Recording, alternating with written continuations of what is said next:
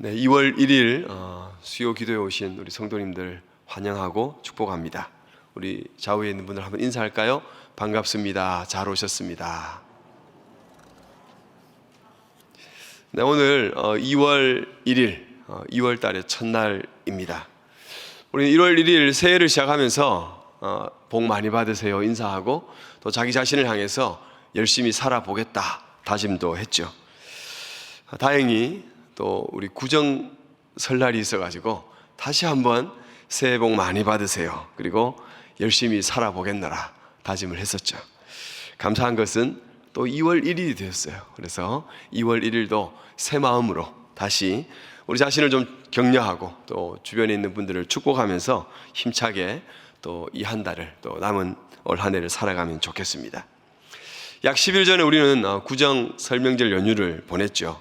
저도 연휴 첫날이었던 토요일 날 혼자 계신 아버지에게 다녀왔고요. 또 주일 지난 월요일에는 처가 우리 어르신들 뵙고 왔습니다. 우리 성도님들 늦었지만 명절 잘 보내셨죠? 네, 감사합니다. 세뱃돈 안 주셔도 됩니다. 사실 명절은 오랜만에 고향을 방문하고 또 부모님, 또 일가 친척, 또 형제들을 만나는 그런 뜻깊은 시간이죠. 요즘 오랫동안 고향에 잘 안 머무르더라고요. 저도 그렇고 잠시 있다가 돌아오면 아쉽고 또 죄송한 마음이 들고 그렇습니다. 그런데 명절을 지날 때마다 우리 자녀들에게 명절에 어떤 관심을 가지고 있을까요? 이번 명절에는 내가 삼촌을 3년 만에 만날 수 있다. 그런 기대감으로 명절을 맞이할까요? 우리 자녀들이? 그렇지 않겠죠? 이번 명절엔 얼마를 받을까? 조금 더 노골적으로 말하면 얼마를 벌 수 있을까? 아이들에겐 그게 최대의 관심사입니다. 혹여 생각지도 않았던 자기 이 리스트에는 없었던 사람이 지나가다가 세배도 안 했는데 한 10,000원 주면 요즘 애들 말로 재수가 되는 거죠. 저희 집에는 첫째는 이제 군에 있고 고3이 된 둘째랑 또 초등학생 이제 막내 그렇게 이제 아이들 둘을 데리고 명절을 지났는데요. 오빠랑 둘이 명절을 보낸 우리 막내의 불만이 이만저만이 아닙니다. 왠가 하니 왜 자기는 늘 오빠보다 세뱃돈을 적게 받느냐. 아무리 열심히 모아도 오빠의 절반 정도밖에 안 되는 그게 불만인 것 같아요. 여러분 이처럼 세뱃돈에 연연하고 또 그 세뱃돈 얼마를 받았느냐 일희일비하는 모습은 어린 아이들이기 때문에 가능한 것이죠. 그리고 어린 아이들이기 때문에 그래도 봐줄만 합니다. 하지만 분명히 말하면 이것은 잘못된 것이죠. 왜냐하면 이것은 바로 주객 전도, 본말 전도인 것이죠. 정말 중요한 것을 잊어버리고 그냥 지나가도 되는 격가지 같은 것들을 붙잡는 것과 같기 때문입니다. 명절에는 어른들을 찾아뵙고 또 인사하는 것, 그것이 가장 기본이고 근본이고 중요한 것인데 그보다는 내가 세뱃돈을 이번에 얼마를 받을 수 있느냐 거기에 관심사가 있고 그것이 중요하게 여겨지기에 문제가 있다는 것이죠. 두려운 것은 이렇게 주객이 전도된 곳에 일반적으로 심각한 문제가 발생되는 경우가 많다는 것이죠.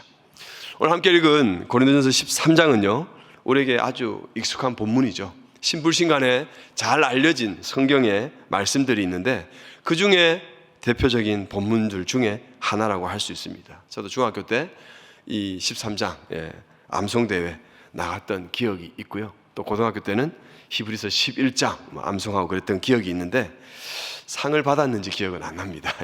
하여튼 암송대회 나갔던 기억은 있습니다.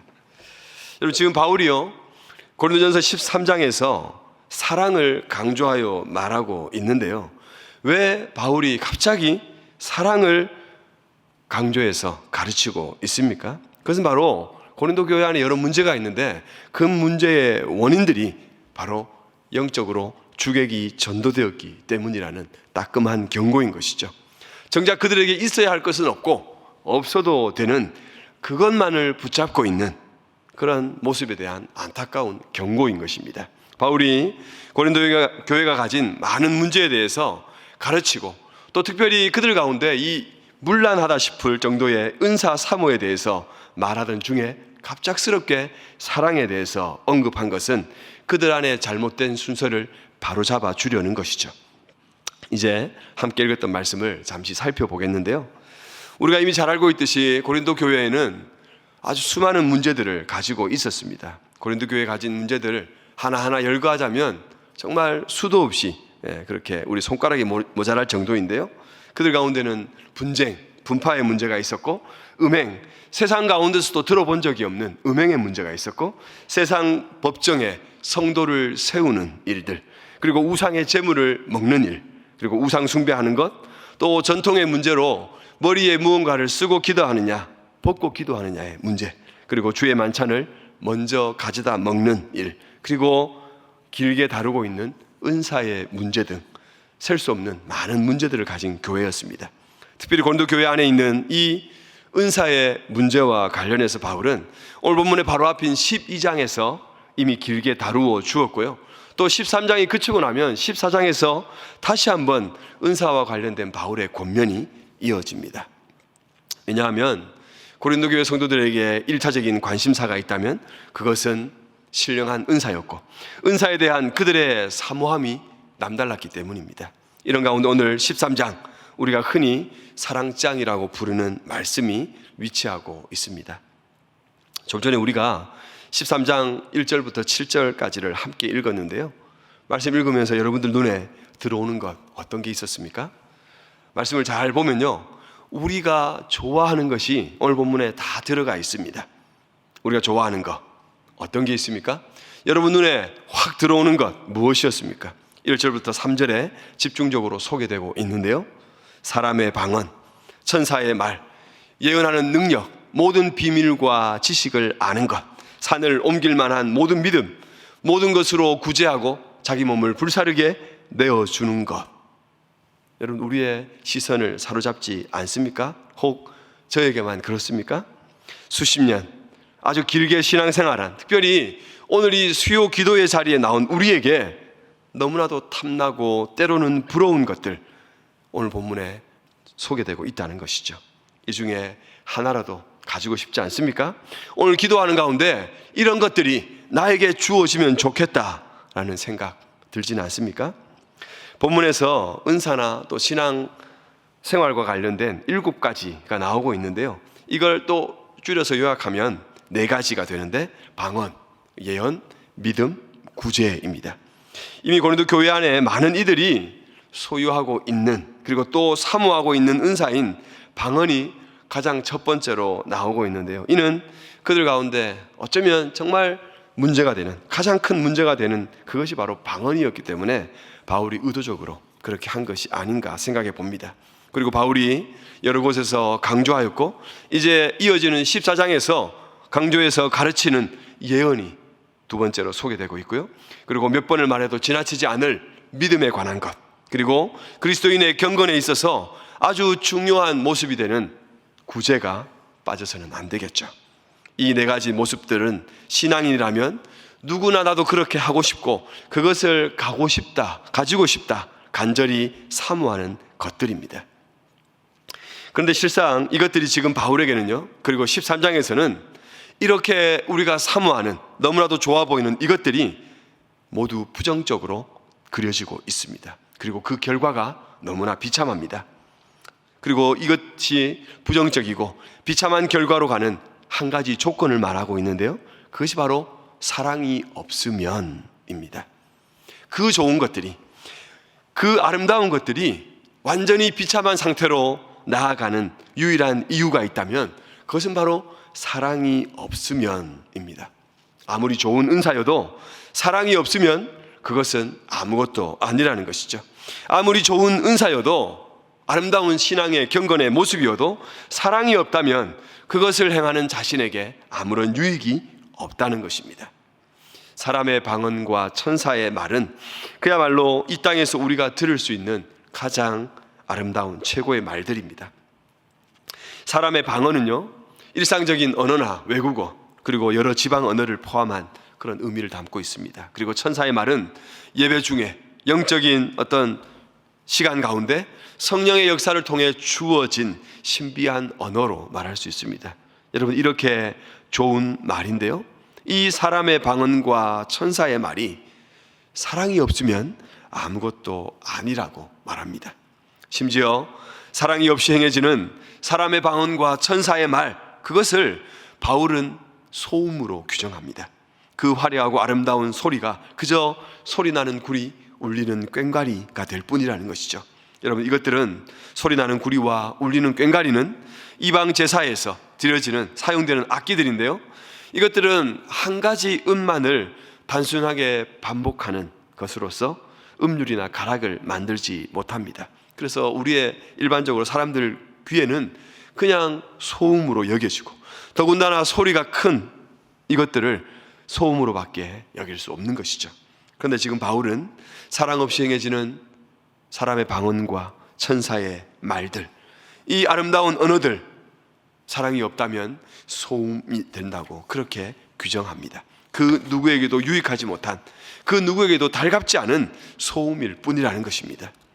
지금 방언은요, 고린도 교회 성도들에게 특히 중요하게 여겨지고 있고, 많은 이들이 사모하고 있고 가지고 싶어하는 은사인데, 바울은 지금 그들에게 매우 과격하고 도전적으로 접근하고 있습니다. 아니, 지금 이곳에 계신 몇몇 분들 가운데도 바울의 이런 말이 썩 유쾌하지 않을 수도 있습니다. 여러분, 그러나 사실입니다. 사랑이 없으면 그 어떤 방언과 천사의 말도 아무런 의미가 없는, 유익하지 않은 소음이 될 뿐입니다. 다음으로 바울은 자신이 여러 곳에서 강조해 가르치는 예언의 은사에 대해서 말합니다. 여러분, 예언은 말씀을 가르치는 것으로서 오늘 본문에서 이 예언과 관련해서 모든 비밀과 모든 지식을 안다라고 그렇게 말합니다.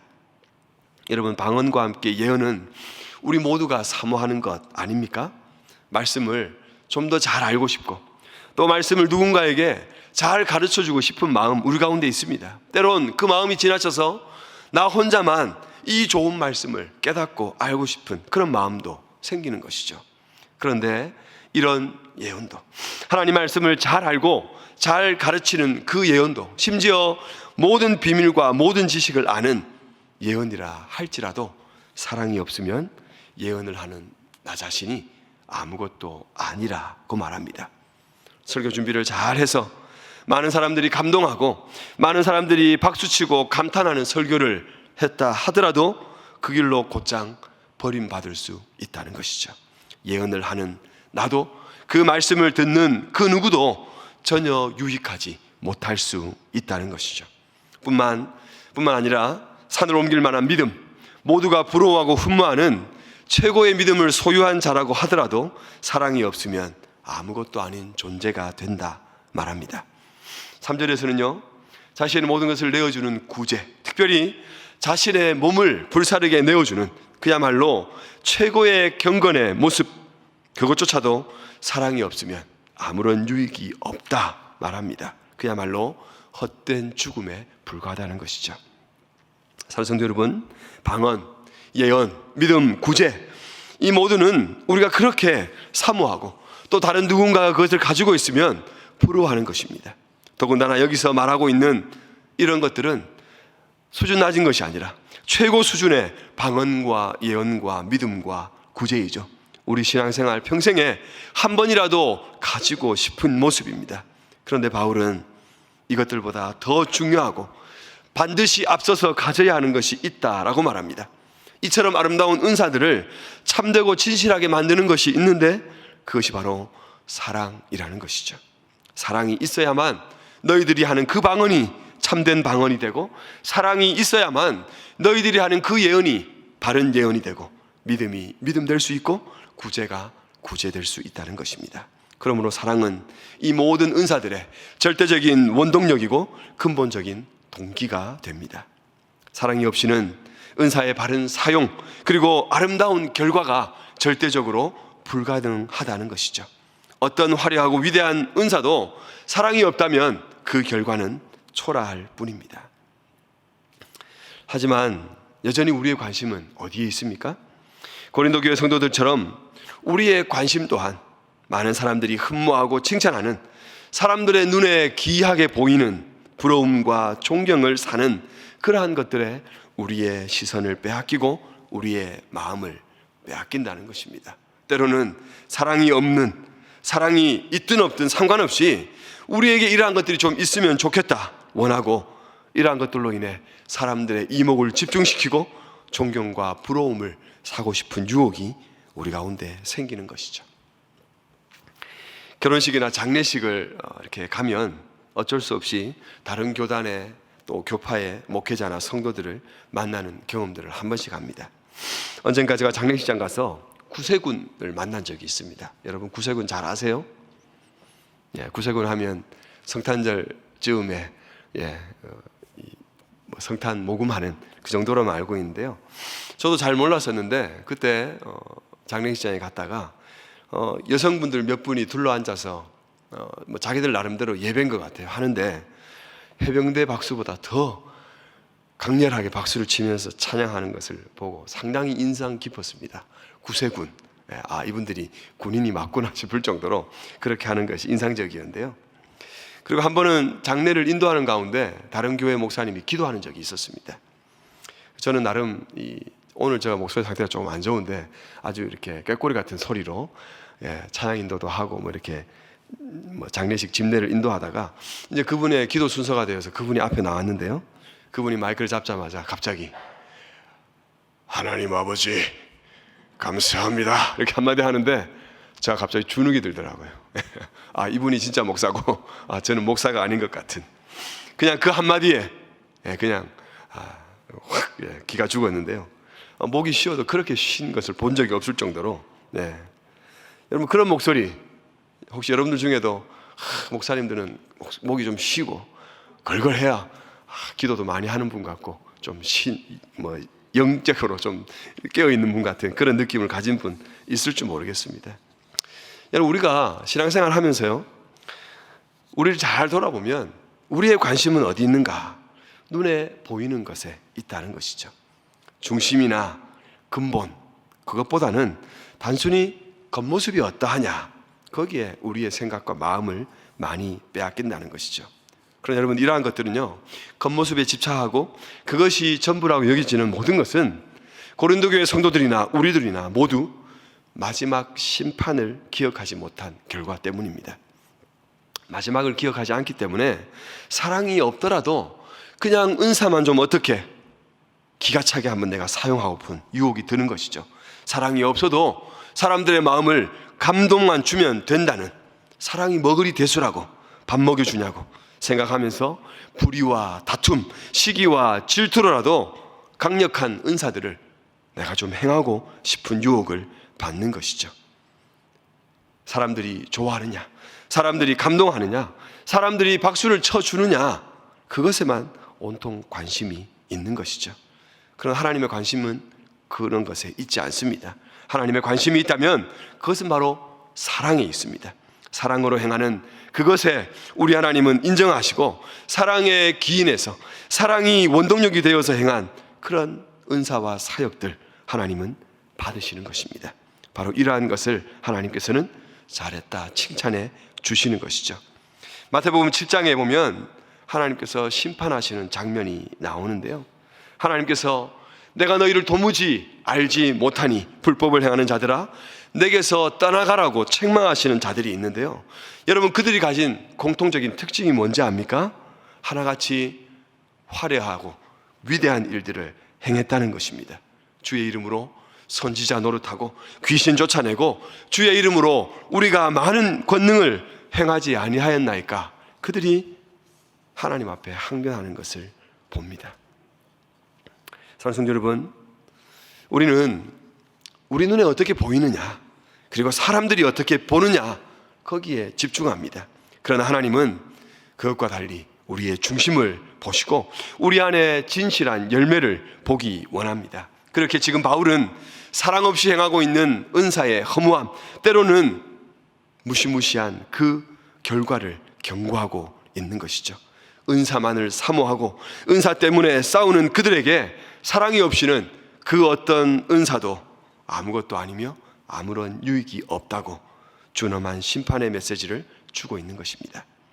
그렇다면 오늘 본문에서 말하고 있는 사랑 무엇입니까? 1절부터 3절까지 말하고 있는 사랑은요, 명사형으로 이런 사랑을 가지고 있는 자, 사랑을 소유한 자에 대해서 말합니다.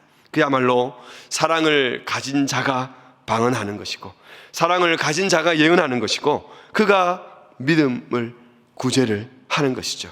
그런데 4절부터 7절까지에서 사랑은요, 동사로 나타납니다. 사랑의 특징을 무엇을 하지 않는 것과 또한 반대로 무엇을 하는 것으로 규정합니다. 8가지의 부정과 7가지의 긍정이 나오고 있는데요, 우리 4절부터 7절까지 말씀 우리 함께 한번 같이 읽을까요? 같이 읽습니다. 사랑은 오래 참고, 사랑은 온유하며, 시기하지 아니하며, 사랑은 자랑하지 아니하며, 교만하지 아니하며, 무례히 행하지 아니하며, 자기의 유익을 구하지 아니하며, 성내지 아니하며, 악한 것을 생각하지 아니하며, 불의를 기뻐하지 아니하며, 진리와 함께 기뻐하고, 모든 것을 참으며, 모든 것을 믿으며, 모든 것을 바라며, 모든 것을 견디느니라. 여러분, 부정과 긍정의 모습으로 15가지 동사로 사랑을 소개하는데, 이 15가지 사랑의 모습, 2가지 큰 특징이 있다 말할 수 있습니다. 먼저는요, 이 사랑은요, 모두 절대적으로 자기 자신이 아니라 타인을 향하고 타인을 위한다는 사실입니다. 여러분, 이것은 바울이 우상에게 바쳐진 제물을 먹는 것과 관련해서 교훈을 줄 때 그의 고백과 닮아 있습니다. 고린도전서 10장에 보면 이렇게 고백합니다. 누구든지 자기의 유익을 구하지 말고 남의 유익을 구하라. 나와 같이 모든 일에 모든 사람을 기쁘게 하여 자신의 유익을 구하지 아니하고 많은 사람의 유익을 구하여 그들로 구원을 받게 하라. 바울은 우상의 제물을 먹는 것과 관련해서 이 문제를 접근함에 있어서 철저하게 타인에게, 특별히 믿음이 약한 자를 고려하고 배려합니다.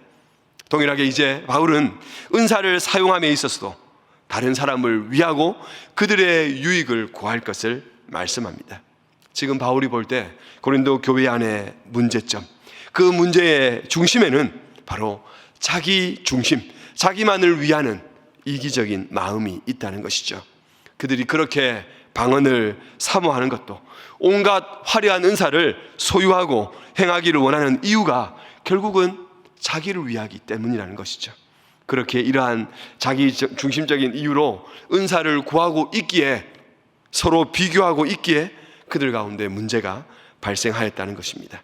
하지만 바울은 이제 사랑에 근거하고 사랑의 통제 아래 있고 사랑이 원동력이 되어 은사를 사용할 것을 권하면서, 이러한 사랑은 바로 나 중심이 아니라 너 중심, 그리고 이타적인 것임을 분명히 밝혀주고 있는 것입니다. 다음으로 15가지 이 사랑의 모습이 가지는 2번째 공통적인 특징은요, 공동체를 위하고 건강하게 세운다는 것입니다. 앞서 첫 번째 특징이었던 타인을 위하는 이타적인 모습의 자연스러운 결과이기도 합니다. 지체한 사람 한 사람을 진실하게 대하고 그들을 사랑으로 위하는 그것이 결국은 공동체를 건강하게 세운다는 것이죠. 바울이 제시하는 15가지 모습은 한결같이 공동체를 위하고 향하는 것입니다.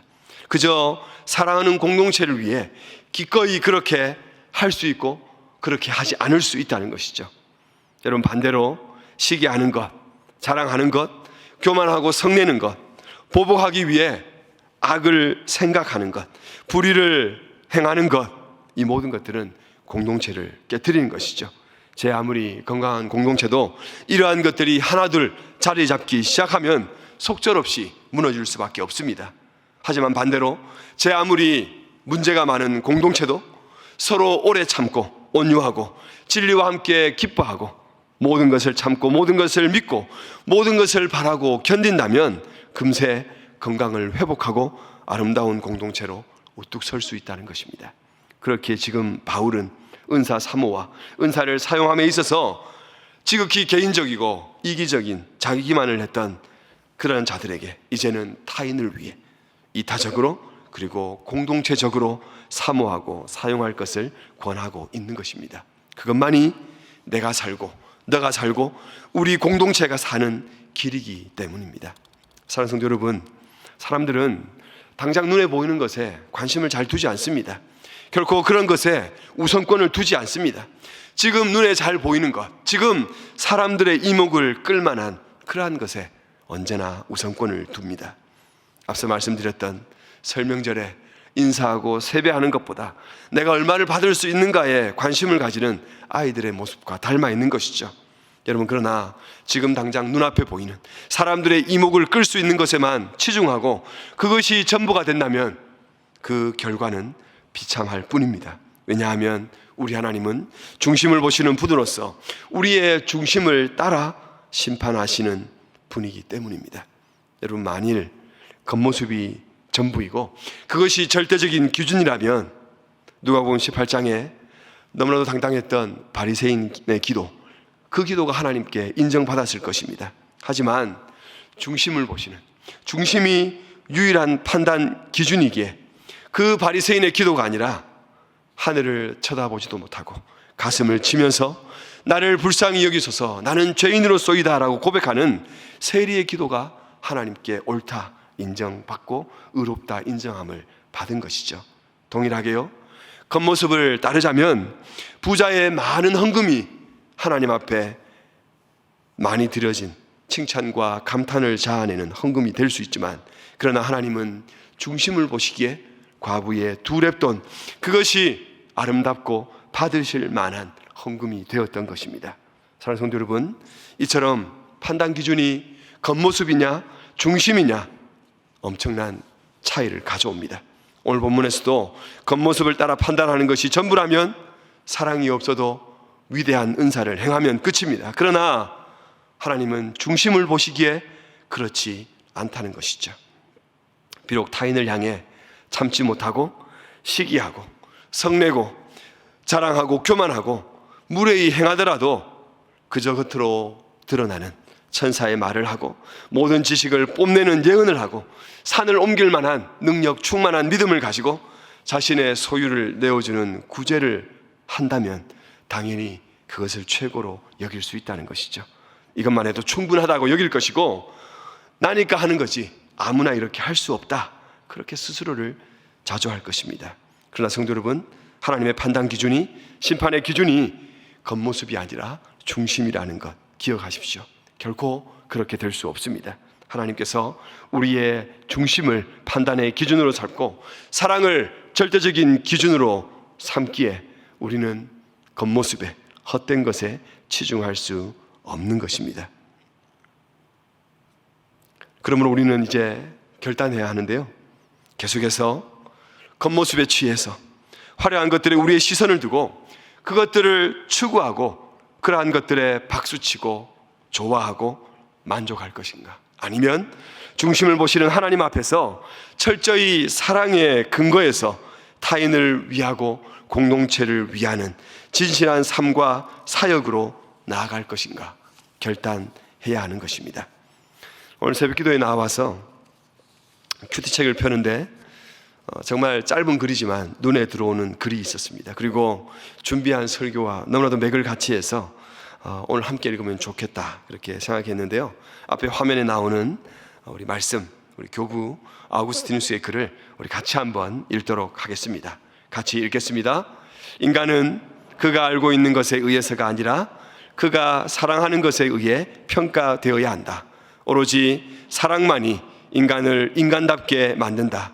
선한 사랑은 그를 선하게 만들고 악한 사랑은 그를 악하게 만든다. 사랑하는 성도 여러분, 2023년 이 한 해를 겉모습, 위선이 아니라 진실한 사랑으로 함께 걸어갑시다. 사랑이 근본이 되고 방법이 되고 길이 되어서 우리의 모든 삶과 사역이 하나님 앞에 진실하고 아름다운 것 되기를 바랍니다. 오직 사랑으로, 나 중심에서 너 중심으로, 그리고 공동체를 위하는 모습에 저와 여러분 우리가 되기를 간절히 바랍니다.